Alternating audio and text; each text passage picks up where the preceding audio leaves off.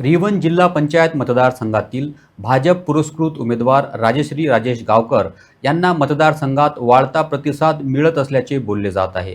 घरोघरी प्रचार दौऱ्यात गावकर यांच्या समर्थकांनी मोठ्या प्रमाणात सहभाग घेतल्याचे पाहायला मिळत आहे। राजश्री गावकर यांचा विजय निश्चित असल्याचा दावा त्यांच्या समर्थकांनी केला आहे। सुभाष भाई तुम आगे बढ़ो, हम तुम्हारे साथ हैं। येऊन येणार कोण, कमळाशिवाय दुसरा कोण, येऊन येणार कोण, कमळाशिवाय दुसरा कोण।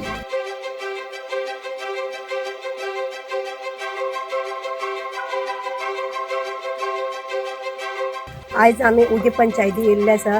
तशें सकाळी आमचे बरोबर आमचो सर आसलो, काही कारणां लागून आतां म्हाजो भायर सरला।